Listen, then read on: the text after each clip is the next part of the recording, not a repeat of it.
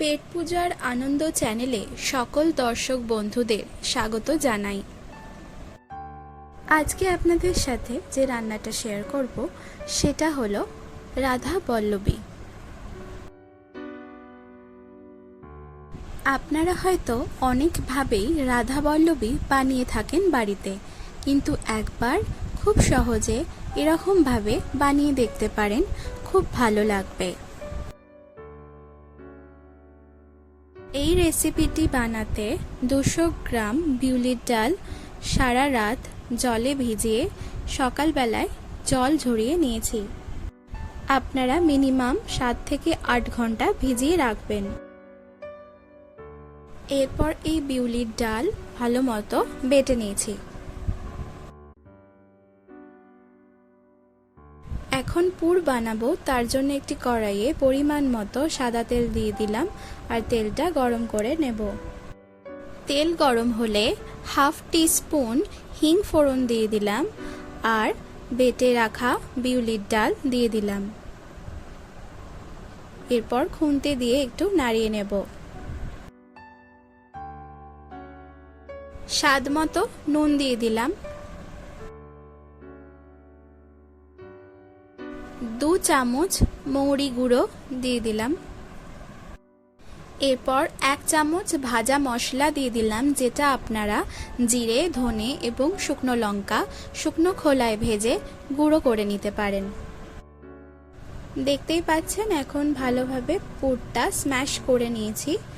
এরপর এর মধ্যে 2 চামচ চিনি দিয়ে দিচ্ছি।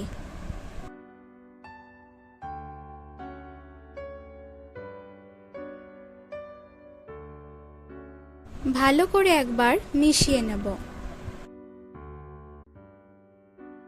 রাধা বল্লবীর পুর এখন তৈরি হয়ে গেছে। এবার একটি পাত্রে ঢেলে ঠান্ডা করে নেব। যতক্ষণ ঠান্ডা হচ্ছে ততক্ষণ একটি ডো মেখে নেব। তার জন্য 500 গ্রাম ময়দা নিয়ে নিয়েছি। এরপর এর মধ্যে স্বাদ মতো নুন দিয়ে দিচ্ছি। 2 চামচ জল ঝরানো টক দই দিয়ে দিলাম।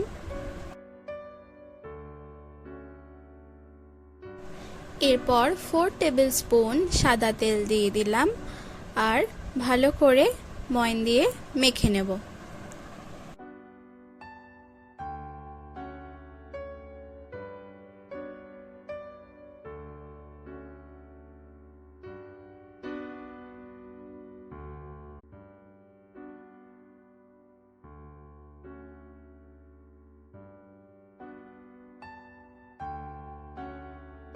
ময়ন দেওয়া হয়ে গেলে অল্প অল্প জল দিয়ে ডোটা মেখে নেব।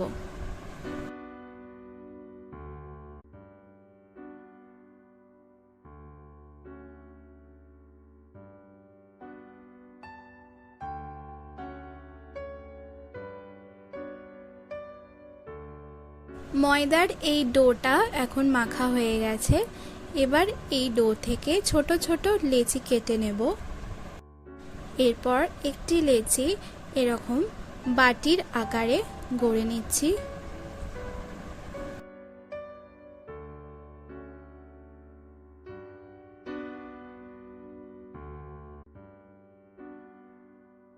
এরপর আগে যে পুরটা রেডি করে রেখেছিলাম সেটা দিয়ে দিচ্ছি আর এরকমভাবে সাইডটা লক করে দিচ্ছি।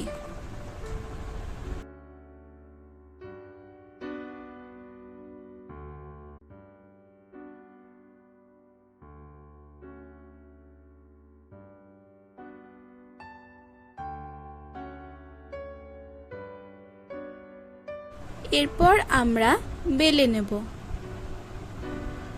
খেয়াল রাখবেন রাধা বল্লবী বেলার সময় কোনোভাবেই যেন পুরটা ফেটে না বেরিয়ে আসে।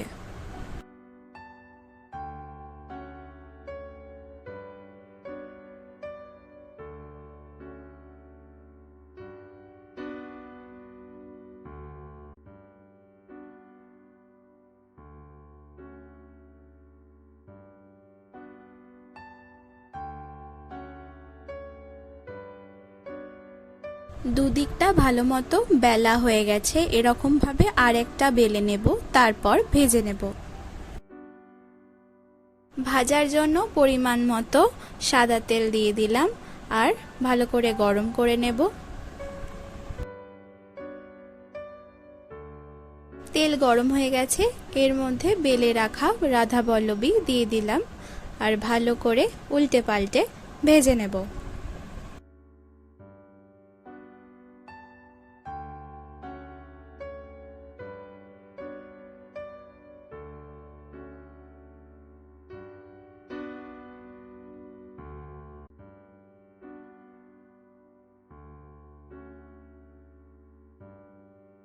এখন এটা ভাজা হয়ে গেছে, এরকম ভাবে আরেকটাও ভেজে নেব, তারপর পরিবেশন করে নেব।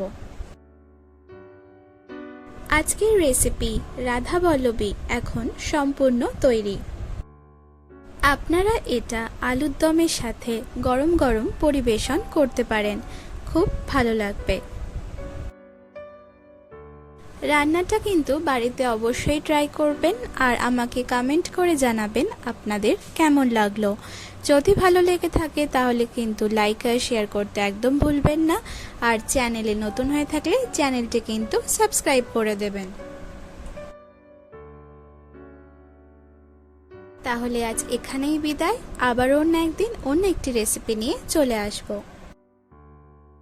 ধন্যবাদ।